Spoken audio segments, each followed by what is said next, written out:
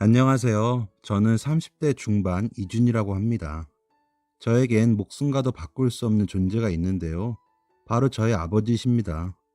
그런데 사실 그분은 저의 진짜 아버지는 아닙니다. 무슨 홍길동 같은 소리냐고요? 아버지가 없지만 아버지가 있는 저의 이야기. 지금부터 시작해 보겠습니다. 애비 없는 자식. 어렸을 때부터 늘 저를 따라다니는 말이었어요. 그 말을 처음 들은 것은 어렸을 때 어머니를 따라 시장에 갔을 때였습니다. 어머니는 노점에서 나무를 파는 일을 하셨습니다. 그리고 그런 어머니를 못마땅하게 여기시던 시장의 채소가게 사장님은 고르고 골라 제일 아픈 말로 어머니의 마음에 상처를 내셨죠. 애비 없는 자식 뭐 자랑이라고 여기까지 끌고 와서 청승이야. 왜? 반반한 얼굴 하나 믿고 남의 매출 다 뺏어가는 걸로는 모자랐나? 이번에는 애라도 앞장 세워서 동정심을 사볼 속셈인가 보지. 그때 저는 아직 어려서 아주머니의 말이 잘 이해되지 않았지만 창백해지는 어머니의 얼굴을 보면서 아, 지금 내가 뭔가 굉장히 나쁜 얘기를 들은 거구나. 어렴풋이 짐작할 수 있었습니다. 그날 저녁 집으로 돌아오는 길에 저는 어쩐지 시무룩해져서 어머니께 물었죠. 엄마, 애비 없는 자식이 뭐야? 그때 제 손을 잡고 있던 어머니의 손에 살짝 힘이 들어갔던 기억이 납니다. 우리 준이 들었어? 그 말은 엄마가 준이를 더 많이 사랑해줘야 한다는 말이야. 별로 중요한 얘기 아니니까 그냥 잊어버려 준이야. 어머니께서는 애써 웃음을 지어 보이시며 말씀하셨죠. 그런데 엄마 아까 울려고 했잖아. 나쁜 말이었던 거지? 그렇지? 제가 지지 않고 다시 묻자 어머니께서는 무릎을 굽혀 저와 시선을 맞추신 뒤 이렇게 말씀하셨습니다. 그래 준이야. 아까 우리가 들었던 말은 사실 좋은 말은 아니었어. 그렇지만 엄마가 앞으로 준이가 다시는 그런 말 듣지 않도록 더 많이 노력하고 힘내서 준이 지켜줄 거야. 그러니까 우리 꼬맹이는 너무 걱정하지 마. 알았지? 응, 나도 엄마 지켜줄래. 하하, 그럴래? 어이구, 우리 준이 언제 이렇게 훌쩍 컸어? 엄마 너무 든든한데? 기분이다. 우리 오늘 저녁으로 문어 소시지 만들어 먹을까? 문어 소시지? 좋아. 엄마 나 너무 좋아. 자, 그럼 집까지 누가 더 먼저 도착하나 내기하는 거야. 이긴 사람이 소시지 10개 먹기. 자, 준비 땅. 저는 어머니의 구호와 함께 손살같이 뛰어나가기 시작했습니다. 그렇게 한참을 달리다 문득 뒤를 돌아보니 어머니께서는 여전히 그 자리에 서서 저를 보시며 웃고 계셨습니다. 저도 그런 어머니를 향해 웃어 보이며 손을 붕붕 흔들어 보였습니다.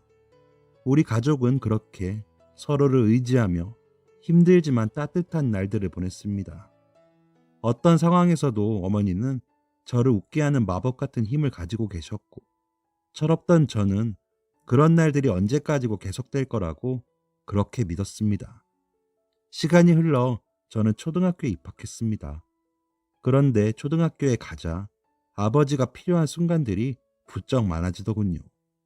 운동회에서 아빠들의 계주 경기를 할 때, 학부모 공개 수업을 할 때, 저는 아빠가 있는 친구들이 너무 부러웠습니다.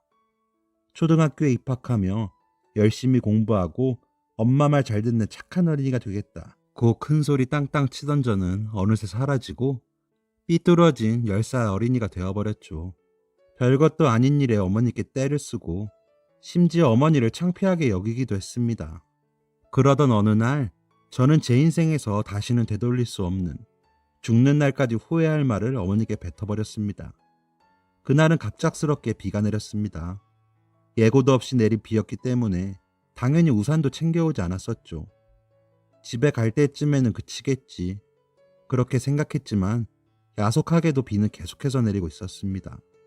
심란한 마음으로 교실에서 나오는데 저 멀리 교문 밖에서는 알록달록 예쁜 우산을 쓰고 친구들을 마중 나온 부모님들이 서 계시더군요.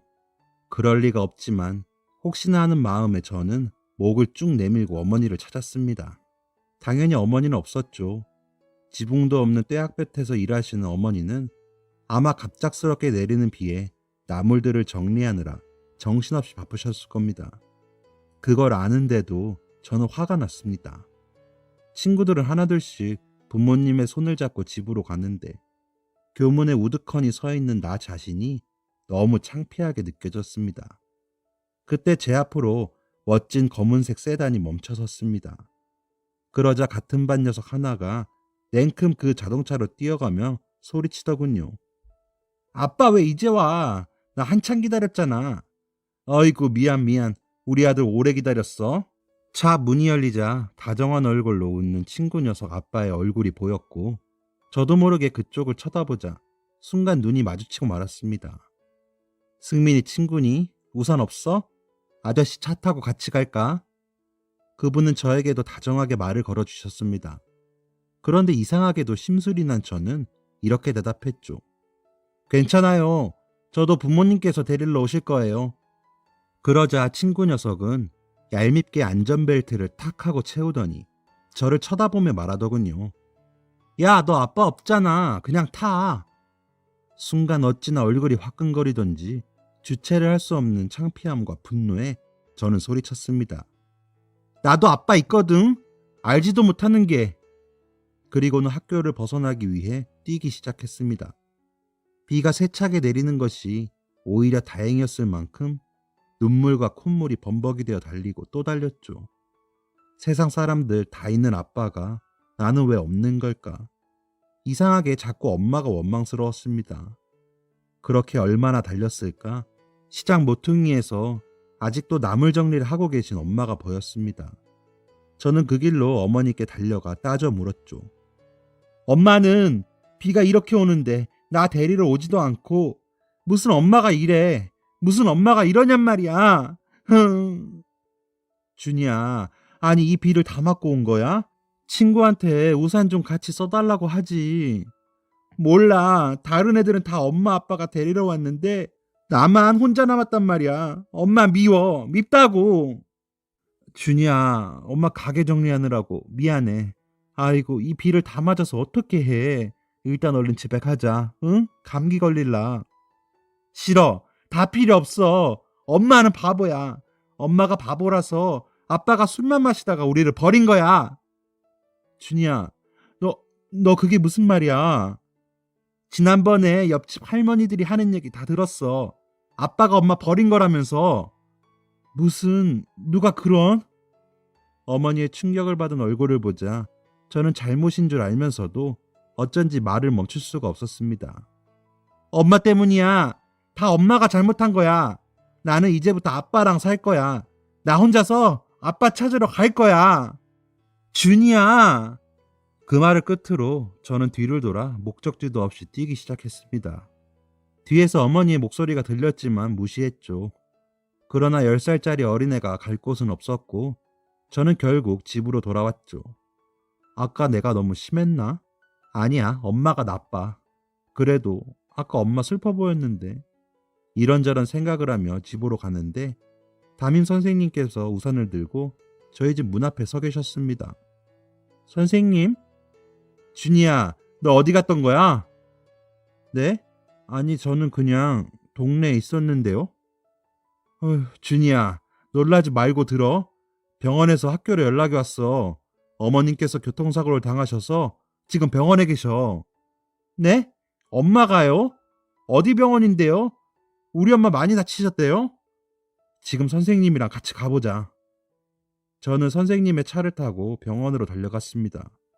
괜찮을 거야. 아무 일도 없을 거야. 그렇게 애써 마음속으로 되뇌이면서 말이죠. 병원에 도착하자마자 저는 응급실로 달려가 소리쳤어요. 엄마! 엄마 어딨어? 미친 듯이 소리치며 응급실을 뛰어다니는 저를 보고 한 간호사가 다가와 뭐라 말을 걸었습니다. 그런데 이상했어요. 분명히 무슨 소리를 들었는데 세상이 빙빙 돌고 귀에는 윙윙거리는 소리가 들려서 간호사의 말을 도무지 알아들을 수가 없었습니다. 그렇게 멍청하게 서 있자 그 간호사는 저를 데리고 어딘가로 향했습니다. 그리고 그곳엔 어머니가 계셨습니다. 준이야, 당장이라도 따뜻한 목소리로 나를 불러줄 것 같은데 어머니는 누워만 계셨습니다. 저는 떨리는 다리로 간신히 엄마가 누워 계신 침대로 걸어갔습니다. 엄마? 엄마 나왔는데 엄마 눈 좀 떠봐. 엄마, 아까 나 때문에 화나서 그래? 일어나봐, 엄마. 엄마, 나 무서워. 무섭단 말이야. 김선하님, 오후 3시 40분 사망하셨습니다. 울고 있는 제 옆에서 의사가 설명을 해주시더군요. 그런데도 저는 믿기지가 않았어요. 아니, 믿을 수가 없었습니다. 아니야, 아니에요. 우리 엄마 지금 나 때문에 화가 나서 그래요. 아까 전에 엄마가 데리러 오지 않아서 제가 화를 냈거든요. 엄마, 이제 그만 화 풀어. 눈 좀 떠보란 말이야. 엄마, 나만 두고 가면 어떻게 해? 나 혼자 어떻게 해? 엄마, 나 무서워. 일어나, 엄마. 엄마. 저는 아무 소용없는 줄 알면서도 엄마의 손을 붙잡고 악을 쓰며 울었어요. 방금 전까지만 해도 같이 있었는데 어머니의 손이 너무 찼어요. 언제나 따뜻했던 내가 알던 어머니의 손이 아니었습니다. 고작 10살에 상주가 되어 장례식장에 앉아서도 믿기지가 않았어요. 다 거짓말 같았습니다. 장례식장에는 얼마 없는 어머니의 친척들과 지인들이 와 계셨습니다. 아우, 글쎄, 트럭이 오는 줄도 모르고 길을 건너다가 이 사달이 난 거라잖아. 아니, 점잖은 사람이 왜 그런 거래요? 아우, 저 잔망스러운 게 악다거니를 썼다네. 그 애비에 그 자식이지 뭐. 지 애비도 그렇게 술 마시고 사람을 괴롭히더니. 아휴, 그나저나 저걸 이제 어떻게 하나? 작은 집이 맡을 거지? 제가 맡으라고요? 아유, 안 돼요. 우리 딸 이번에 아기 낳은 거 몰라요? 나는 걔 하나만으로도 벅차. 아, 형님이 데려가요. 아니, 왜 또 화살이 나한테 날아온대? 나라고 뭐 사정이 나은 줄 아나? 난 작년에 무릎 수술했잖아. 아우, 그럼 저 애를 어떻게 해요? 하는 수 있나 뭐. 고아원에 데려다 줘야지. 그게 무슨 소리입니까? 웅성거리는 조문객들 사이로 찢어질 듯 날카로운 고함 소리가 들려왔습니다. 돌아보니 그곳엔 덥수룩한 머리에 수염이 난 아저씨가 있었는데, 아니, 넌 선호 아니냐? 아니, 너 폐가 망신했다는 얘기는 들었다만 이게 얼마만이냐 그래? 어른들의 인사에도 저만 뚫어지게 쳐다보는 그 아저씨는 바로 제 삼촌이었습니다. 어렸던 제 기억에 삼촌이라는 존재는 없었지만 정황상 삼촌이었습니다. 엄마의 남동생이요. 준이야, 이제부터 너 나랑 살자. 우선 잠깐만. 아저씨는 어머니의 영정 사진 앞에 국화꽃을 올리고는, 누님, 못난 동생 이제야 찾아오네요. 준이 제가 책임지고 키울 테니까 걱정하지 말고 편히 가요. 하고 말한 뒤 아무도 없는 제 옆자리에 풀썩 주저앉았습니다. 그 후로 삼촌은 한 번도 제 옆을 떠나지 않았고, 그렇게 장례가 끝난 후부터 저와 삼촌의 동거가 시작되었죠. 친척들의 말처럼 삼촌은 폐가 망신한 상태였습니다. 삼촌이 살고 있는 집은 서울에 아직도 이런 집이 있나 싶을 정도로 다 쓰러져가는 판잣집이었죠. 가장 고역이었던 것은 화장실이었는데 삼촌의 집안에는 화장실이 없었습니다. 푸세식 화장실이 집 밖에 있는 구조였죠.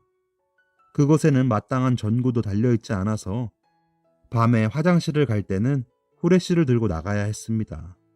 저는 그게 너무 무서워서 애국가를 부르며 용변을 보고 했답니다. 어쩌다가 후레쉬 불빛에 거미라도 비치는 날에는 혼비백산하여 아침까지 용변을 꾹 참기도 했습니다.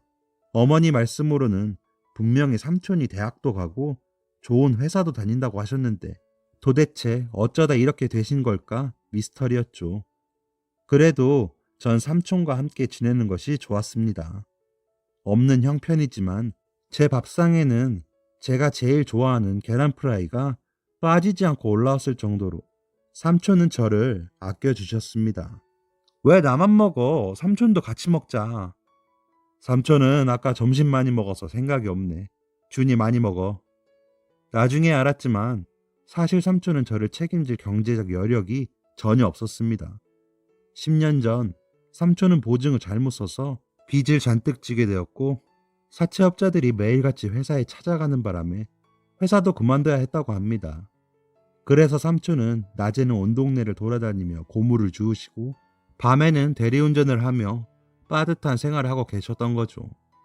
중학교를 졸업할 때쯤 저는 혼자 고생하시는 삼촌을 차마 더 이상 두고 볼 수 없어서 고등학교를 가지 않겠다 선언했습니다. 삼촌과 함께 돈을 벌 생각이었죠. 하지만 삼촌은 절대 허락하지 않으셨습니다. 삼촌과 함께 산 이후로 그렇게나 많이 화가 나신 모습을 본 것은 그때가 처음이었어요. 안 돼! 노기가 충만한 목소리에 절로 몸이 움츠러들었지만 저는 물러설 수 없었어요. 하지만 삼촌, 고등학교는 중학교랑 달라. 교복도 너무 비싸고 문제집에 학원비에. 그러지 말고 우리 같이 일하면 좋잖아, 응? 준이야, 그만. 네 뒷바라지는 삼촌이 해. 넌 아무 걱정하지 말고 공부만 하면 되는 거야. 누님 앞에서 한 약속이다. 앞으로 이 문제는 다시 입 밖으로 내지 않았으면 좋겠다. 너무나 단호한 삼촌의 앞에서 저는 더 이상 어떤 말도 할 수 없었습니다. 고등학교 입학식 날 교복을 입고 집을 나서는 저를 보며 더없이 행복한 얼굴로 웃는 삼촌을 보면서 저는 꼭 열심히 공부해서 성공할 거야. 그래서 삼촌께 보답할 거야. 하고 다짐했습니다. 그날부터 저는 무조건 공부에만 몰두했습니다. 매일 새벽 2시까지 공부를 하다가 잠에 들고 6시에 일어나 다시 책상에 앉았죠. 삼촌을 도우려면 이 길밖에는 없다. 그렇게 저는 제 자신을 몰아붙였습니다. 그러던 어느 날 눈이 핑 돌더니 코피가 나더군요. 맹목적으로 돌진만 하다 탈이 난 거였습니다. 이대로는 안 되겠다 싶어서 저는 체력 향상을 위해 아침 운동을 계획했습니다. 2시에 자고 6시에 일어나되 6시에 학교 운동장을 1시간 뛰고 오는 것이었죠. 모처럼 새벽 공기를 맡으며 아무도 없는 학교에 들어서자 어쩐지 으스스함이 느껴졌습니다. 그런데 가만 보니 운동장에는 이미 제 또래의 누군가 와서 달리기를 하고 있었습니다. 누구지? 생각하며 가까이 다가가 보니 그 친구는 우리 학교 야구부의 유명한 선수였습니다. 운동선수라서 아침부터 운동하는구나. 그래도 쟤라도 있으니 조금 덜 무섭네. 그렇게 생각하고 저도 그 친구의 달리기에 합류했죠. 그렇게 1달, 2달, 3달이 되던 어느 날 그 친구가 말을 걸어왔습니다. 너 제법 근성 있다. 뭐? 너 걔잖아, 사반 재수없는 놈. 뭐라고? 대뜸 말을 걸더니 하는 얘기가 욕이라니. 저는 어처구니가 없는데 그 친구는 빙글빙글 웃으며 말을 이어갔습니다. 하하, 미안. 애들이 다 그러더라고. 반에서 아무랑도 말 안 섞고 혼자 정신 나간 놈처럼 공부만 한다고. 말 걸면 시끄럽다거나 하고 말이지. 그래서 네가 보태준 거 있냐? 제가 눈을 치켜뜨고 묻자 그 친구는 어깨를 으쓱 하더니 이렇게 말했습니다. 아니, 없지. 근데 너 대단하다. 이 새벽에. 난 솔직히 너 하루 이틀 나오다가 그만둘 줄 알았거든. 나야 선수니까 운동한다지만 넌 왜 이 꼭두 새벽부터 이러고 있냐? 체력 키우려고. 체력 좀 붙으면 공부 좀 더 많이 할 수 있을까 하고. 제 대답에 그 친구는 질렸다는 표정을 짓더니 이내 낄낄 웃었습니다. 야, 그럼 그렇게 무조건 뛰면 안 돼. 이 형님이 이제부터 한 수 전수해주지. 나 최경호야. 너 내 이름도 모르지?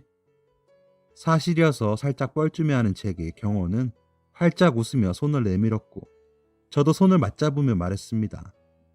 난 이준이. 그 후로 경호와 저는 매일같이 운동장에서 운동을 했습니다. 어렸을 때는 아빠가 없다고 따돌림을 당했고 어머니께서 돌아가시고 난 후로는 어려운 가정 형편까지 더해져서 딱히 친구를 사귈 기회가 없었던 저는 경호와 보내는 시간이 매우 즐거웠습니다. 저에게 경호는 생애 처음으로 사귄 친구였던 거죠. 그러나 삼촌에 이어 2번째로 제 삶의 빛이 되어준 경호에게 어느 날 불운이 닥쳤습니다. 고교 야구 유망주 손목인대 끊어져 지역 신문에까지 보도될 만큼 경호의 부상은 심각한 것이었고 결국 경호는 장기적인 부상 치료에 들어가야만 했습니다. 그렇게나 밝았던 경호의 얼굴은 눈에 띄게 어두워졌고 학교에도 잘 나오지 않게 되었습니다. 그러자 저 역시 예전에 그 재수없는 놈으로 돌아가려고 하고 있었죠. 그런 저를 보다 못한 삼촌께서 이렇게 말씀하셨습니다. 준이야, 지금은 친구랑 같이 우울할 때가 아니라 네가 친구를 위해 할 수 있는 일이 무엇일지 찾아볼 때인 거 아닐까? 이렇게 쉽게 친구 손을 놔버릴 거니? 그 말에 저는 정신이 번쩍 났습니다. 어머니를 잃고 삶의 의미를 잃어버린 제게 삼촌이 그래 주셨던 것처럼 저 역시 친구를 도와야 한다는 것을 삼촌이 깨우쳐 주셨던 겁니다. 저는 다른 건 몰라도 컴퓨터로 하는 것은 무엇이든 자신 있었기 때문에 학교 친구들을 대상으로 경호를 위한 응원 메시지 남기기 페이지를 개설했습니다. 결과는 대성공이었습니다. 학교 친구들을 시작으로 지역 사람들, 나아가 전국에 있는 사람들이 경호에게 따뜻한 응원을 남겼습니다. 사람들의 바람이 전해진 걸까? 다행히 경호는 무사히 손목 수술을 마칠 수 있었죠. 우리는 다시 서로의 미래를 응원하는 친구 사이가 되었습니다. 이 모든 것이 삼촌의 깨우침이 없었다면 할 수 없었던 일이었죠. 시간이 흘러 고3이 된 저는 당연하게도 컴퓨터 공학과에 지원하였고 그렇게 원하는 대학에 입학하게 되었습니다. 사실 학비가 걱정되어 대학교에 가는 것은 기대도 하지 않았었지만 이번에도 삼촌은 등록금을 구해 오셨더군요. 그 즈음에 삼촌의 어깨와 팔목에는 파스가 점점 늘어갔습니다. 삼촌, 요즘에 왜 이렇게 파스를 많이 붙여? 아유, 이놈아, 너도 내 나이 되어봐라. 잔소리 말고 얼른 공부나 해. 이유를 물어도 삼촌은 귀찮다는 듯 시큰둥하게 대답하고 손을 휘휘 저을 뿐이었죠. 저는 그럴수록 더 이를 악물고 공부에 매진했습니다. 그리고 마침내 동기들과 함께 병원 치료 앱을 개발했죠. 병원을 단순히 찾아주는 앱이 아닌 스포츠 선수들이 실제로 다니는 유명한 병원을 소개하고 연결해주는 앱이었는데 여기에는 경호의 도움이 컸어요. 녀석은 고등학교 때만은 아니더라도 이름 있는 프로야구 선수가 되었거든요. 틈새 시장을 겨냥했기 때문이었는지 결과는 대박이었습니다. 어느 날 저는 한 잡지사와 인터뷰도 하게 되었습니다. 젊은 나이에 이렇게 큰 성공을 거두는 게 쉽지는 않은 일인데요. 치료와 스포츠, 그리고 컴퓨터를 합한 사업이라니 굉장히 특이해요. 이준희 대표님이 이런 사업을 구상하게 된 배경이 있을까요? 라는 기자의 질문에 저는 이렇게 대답했습니다. 어릴 때 고아가 된 저를 삼촌께서 맡아주셨어요. 그리고 지금의 저를 만들어 주시기 위해 너무나 큰 희생을 하셨죠. 어릴 때 저는 삼촌과 단칸방에서 지냈는데 하루도 삼촌의 파스 냄새를 맡지 않은 날이 없었어요. 그럴 때마다 좋은 의사 선생님께 삼촌을 치료받게 해드리고 싶다는 생각을 했습니다. 그리고 평소에 부상을 달고 사는 운동선수들이라면 누구보다 치료에 대해 잘 알 테니까 두 분야를 합쳐본 거죠. 아, 결국 삼촌분께서 영감을 주셨다는 말씀이시네요. 맞습니다. 제가 개발한 이 앱과 함께 제 삼촌이 또 다른 많은 환자분들이 고통에서 벗어나시길 바랍니다. 인터뷰를 한 직후 제가 개발한 앱은 효자가 만들었다더라며 사람들에게 더 많은 관심을 받게 되었습니다. 그리고 엄청난 금액으로 대기업에 매각할 수 있었죠. 전도가 유망한 사업을 왜 그렇게 쉽게 남의 손에 넘기는지 사람들은 궁금했습니다. 그럴 때마다 저는 이렇게 대답했죠. 더 늦기 전에 해야 할 일이 있어서요. 그렇게 제 수중에는 상상도 하지 못할 어마어마하게 큰 돈이 들어오게 되었습니다. 제가 이 돈으로 무엇을 했냐고요? 답은 아마 여러분도 예상하시리라 생각합니다. 삼촌, 이거 받아요. 이게 뭐냐? 삼촌은 제가 건넨 봉투를 열어보시더니 잠시 말씀이 없으셨어요. 그리고는 다시 봉투를 제 쪽으로 밀며 이렇게 말씀하셨죠. 됐다. 네가 힘들게 번 돈인데 넣어둬. 저는 다시 봉투를 삼촌에게 건네며 말했습니다. 삼촌, 엄마가 돌아가시던 날 기억해요? 그때 삼촌이 없었다면 나는 아마 벌써 죽었을 거야. 그날 갑자기 비가 주룩주룩 오는데 나는 우산이 없었거든.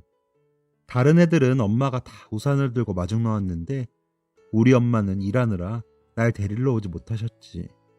근데 난 그게 왜 그렇게 화가 나던지 엄마한테 소리 지르고 대들었어. 엄마가 밉다고. 그러니까 아빠한테 버림받은 거라고. 그런 용서받지 못할 소리까지 했었어. 그런데도 엄마는 울면서 뛰쳐나간 나를 찾겠다고 빗속을 헤매시다가 그렇게 돌아가신 거야. 평소에는 절대 무단횡단 같은 거 하지 않으셨는데 결국 엄마를 죽인 건 나야. 그런 나를, 천하에 못돼 먹은 나를 삼촌이 살렸어. 삼촌은 나에게 처음으로 친구를 사귀는 법, 가족을 아끼는 법을 알려준 사람이야. 엄마를 닮은 삼촌이 없었으면 난 살아갈 이유가 없었어. 그러니까 삼촌, 이 돈 받아요. 삼촌은 이 돈 받을 자격이 있어. 저는 눈물에 목이 메었습니다. 어머니께서 돌아가신 뒤 겁이 나서 죄책감에 한 번도 꺼내지 못한 말들이었습니다. 삼촌은 그런 저를 끌어안으시더니 눈물을 터뜨리셨습니다. 준이야, 이놈아. 여태까지 그런 무거운 짐을 지고 산 게야? 아이고, 이놈아. 내가 너를 살리다니.